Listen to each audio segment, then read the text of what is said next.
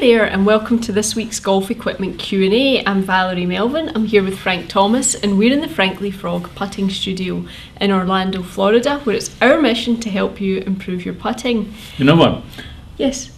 Our putting club we just launched. Yes. Very exciting. We just launched it.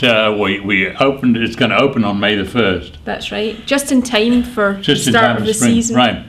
And I really urge everybody out there to, if they want to improve their putting, to look at the details of that. It's going to be a wonderful project. Teach you how to putt online. Very good. Well, this week's question wasn't so much about putting, but rather about drivers from Paul in New Jersey. It was actually, I like the way he asked his question. He said, some of the new claims about drivers and the distance you get from them are springing up faster than the daffodils this year, which I thought was quite good. So what's your take on all these claims, Frank, about, the distance that the new drivers can give you and that sort of thing? Well, first of all, Paul, the drivers are good. However, the claims that are being made about distance are inevitable. They're just as predictable as the daffodils coming up every year. But we've got to recognize that there's very little room to go. The drivers are so good, the ball comes off the fastest it can. The drivers are getting longer, unfortunately. That's one of the only ways that you're really going to get increase in distance is increase the club head speed.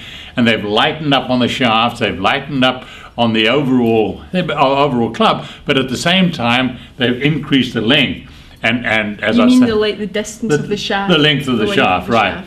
And that's not good. I would recommend that, you go back and 44.5 inches is going to give you the maximum distance you're going to get on average, and it will also keep you in the fairway a lot more and get your scores down. But from an aerodynamic point of view, which is another area that they're trying to work on, you've got to recognize it's like trying to fly an airplane sideways and forwards throughout that whole process. Because as you see, a driver as an example, it goes through this motion of the top, goes through this way, so it has to be aerodynamically good like that. But then as you rotate it coming through impact, it has to be aerodynamically better that way too. So it's a very difficult design problem. And anyway, the differences are really very small. Even though they do exist, they're very small. But go ahead, Paul, go and get a test drive. Go try them out. And if you haven't bought a driver in the last several years, I suggest go ahead and get one. Yeah, because they've got some good prices on the drivers as well at this point. Certainly last year's model. Yeah. Well, I switched my driver and from a sort of 983K, which was quite old, to one of the newer models, and I think it's been good. It's been a good change for me. So it can help you. Yeah. So go ahead and try them out. Thanks for checking in this week. We'll be back in touch next week, but until then, may the frog be with you. Ribbit, ribbit, ribbit.